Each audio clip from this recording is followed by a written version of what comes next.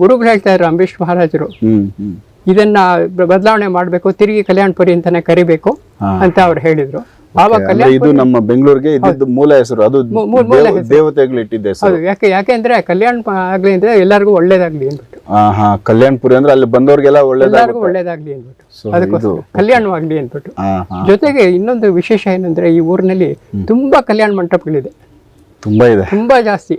ಅದಕ್ಕೋಸ್ಕರ ಯಾಕಂದ್ರೆ ಈ ಗಿರಿಜಾ ಕಲ್ಯಾಣ ಆಗಿದ್ದು ಒಂದು, ಆಮೇಲೆ ಇಲ್ಲಿಗೆ ಯಾರು ಅಂದ್ರೆ ವೆಂಕಟೇಶ್ವರ ಪದ್ಮಾವತಿ ಅವರು ಈ ಜಾಗಕ್ಕೆ ಬರ್ತಾರೆ ಮುಂದೆ. ಹಾಗೆ ಈ ಜಾಗದ್ದು ಇದು ಹೇಳ್ತೇನೆ ನಿಮಗೆ.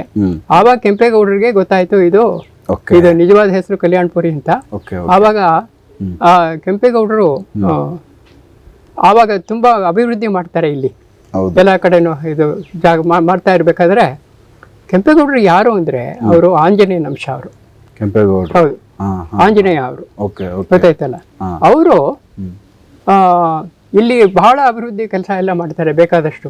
ಈಗ ಗವಿ ಗಂಗಾಧರೇಶ್ವರ, ದೊಡ್ಡ ಗಣಪತಿ, ದೊಡ್ಡ ಬಸವಣ್ಣ, ಸೋಮೇಶ್ವರ ದೇವಸ್ಥಾನ, ಗೊತ್ತಾಯ್ತಲ್ಲ. ಆಮೇಲೆ ಶಿವಗಂಗೆ ದೇವಸ್ಥಾನಗಳು, ಸಿದ್ಧಗಂಗೆ, ಎಲ್ಲಾ ಕಡೆನೂ ಅವ್ರು ಅಭಿವೃದ್ಧಿ ಮಾಡ್ತಾರೆ. ಅವರು ಆಲ್ಮೋಸ್ಟ್ ಸರೌಂಡಿಂಗ್ ಫುಲ್ ಎಲ್ಲ ಮಾಡ್ತಾರೆ. ಆಮೇಲೆ ಅವರು ವಯಸ್ಸಾಗ್ತಾ ಅವ್ರಿಗೆ ಒಂದು ಆಸೆ ಇರುತ್ತೆ. ಏನು ಇರುತ್ತೆ ಅಂದ್ರೆ ಇಲ್ಲಿ ಒಂದು ವೀರಸೌಧ ಮಾಡ್ಬೇಕು ಅಂತ ಅವ್ರಿಗೆ ಆಸೆ ಇರುತ್ತೆ. ವೀರಸೌಧ ಆದ್ರೆ ಅದು ಆಗಲ್ಲ, ಯಾಕೆಂದ್ರೆ ಅಷ್ಟೊತ್ತಿಗೆ ದೇಹ ಬಿಟ್ಬಿಡ್ತಾರೆ, ವಯಸ್ಸಾಗಿರುತ್ತೆ, ದೇಹ ಬಿಟ್ಬಿಡ್ತಾರೆ. ಅವಾಗ ಅವ್ರು ಆಂಜನೇಯ ಅವರು. ಸರಿ, ಆವಾಗ ಋಷಿಗಳೇನ್ ಮಾಡ್ತಾರೆ ಅಂದ್ರೆ, ಇವ್ರಿಗೆ ಇದೊಂದು ಆಸೆ ಉಳಿದಿತ್ತೆ, ತಿರುಗಿ ಕರ್ಕೊಂಡ್ ಬನ್ನಿ ಅಂತಾರೆ. ಆವಾಗ ತಿರುಗಿ ಅವ್ರು ಹುಟ್ಟುತ್ತಾರೆ. ಅವ್ರು ಯಾರಪ್ಪ ಅಂದ್ರೆ ಹನುಮಂತಯ್ಯನವರು, ಕೆಂಗಲ್ ಹನುಮಂತಯ್ಯ. Okay, great. ಕೆಂಗಲ್ ಹನುಮಂತಯ್ಯನವರು ಬಹಳ ಸ್ಟ್ರಿಕ್ಟ್. ಅವರು ತುಂಬಾ ಒಳ್ಳೆ ಇದು ಆಡಳಿತಗಾರರು. ಅವರು ಆ ಹನುಮಂತಯ್ಯ ಅವರು ಆಂಜನೇಯನೇ, ಅದೇನೆ ಆ ಕೆಂಪೇಗೌಡನಿದು.